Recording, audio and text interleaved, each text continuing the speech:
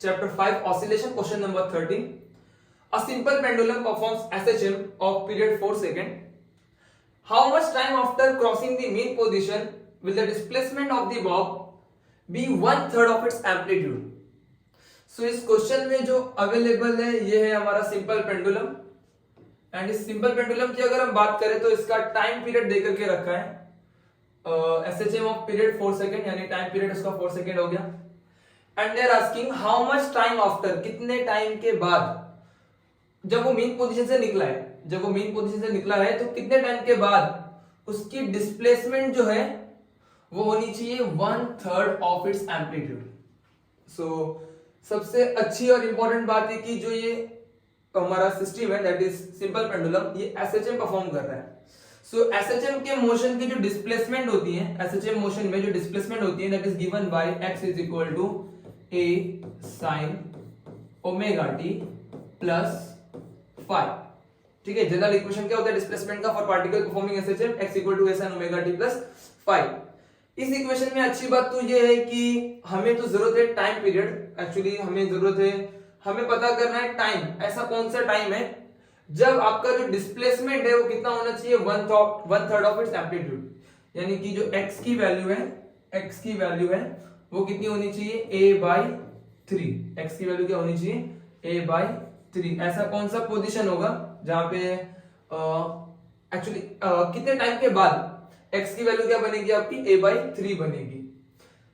सो time तो unknown है मेरे पास, टाइम को तो मुझे ढूंढना पड़ेगा ऐसा कौन सा टाइम है, कितने टाइम के बाद मीन पोजीशन से निकल गए आप और x आपका a/3 है, तो ऐसा कितना वक्त लगेगा इस कंडीशन को रीच करने के लिए. सो इंपॉर्टेंटली दूसरी बात ये है कि ये मीन पोजीशन से क्रॉस कर रहा है, इसलिए फाई की वैल्यू आपकी कितनी होगी 0, क्योंकि कोई फेज एंगल नहीं होगा, आप बराबर से मीन से शुरू कर रहे हैं तो फेज एंगल 0 है. बस आपको क्या बोला हुआ है, आपको टाइम पता करना है जब जो आपका x का वैल्यू है, यानी कि आपको जो डिस्प्लेसमेंट है वो कितना होना चाहिए एम्पलीट्यूड का 1/3.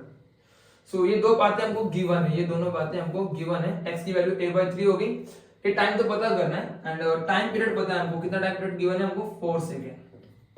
ये क्या रहेगा 4 सेकेंड. Okay 4 second. सो यहाँ पे चेक करते हैं आगे. सो x की वैल्यू क्या पुट करेंगे हम लोग यहाँ पर a/3 is equal to a sin omega. Omega तो फिलहाल नहीं पता है, what is omega. Omega is 2πn. What is n 2π/t.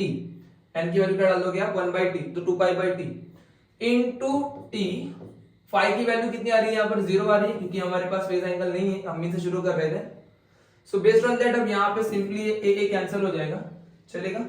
सो यहाँ पे कितना मिला 1/3 इज इक्वल टू, एक सेकेंड मैं इसको वापस नीचे लिख देता हूँ. ठीक है, सो क्या मिल रहा है यहाँ पे 1/3 इज इक्वल टू साइन 2π.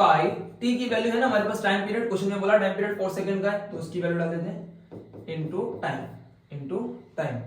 सो 2 1 जा एंड 2 2 जा. सो 1/3 इसको आप यहाँ पे बुला लो, sine inverse of 1/3 is equal to π/2 into t. पूरे इक्वेशन में आप देख रहे हैं कि एक्चुअली खाली t अननोन है, टाइम हम पता कर रहे हैं जब हमने x की वैल्यू a/3 ली है, यानी डिस्प्लेसमेंट आपका 1/3 ऑफ एम्पलीट्यूड है, तो हमारा टाइम हम निकाल रहे हैं आगे जाके सॉल्व करते हुए. सो साइन इनवर्स ऑफ 1/3 की जो वैल्यू है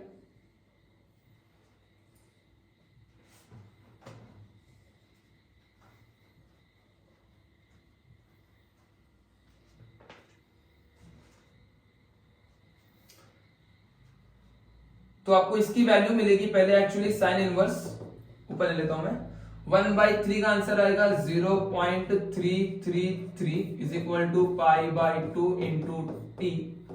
ओके, साइन इनवर्स 0.33 आप चेक करोगे तो आपको इसका आंसर मिलेगा. लॉग टेबल की हेल्प से इसको एंगल में चेक करना है, साइन के टेबल में चले जाओ और वहां पे 0.33 को ट्रेस करके एंगल निकालो, तो आपको एंगल मिलेगा 19.45 degree is equal to π/2 into t.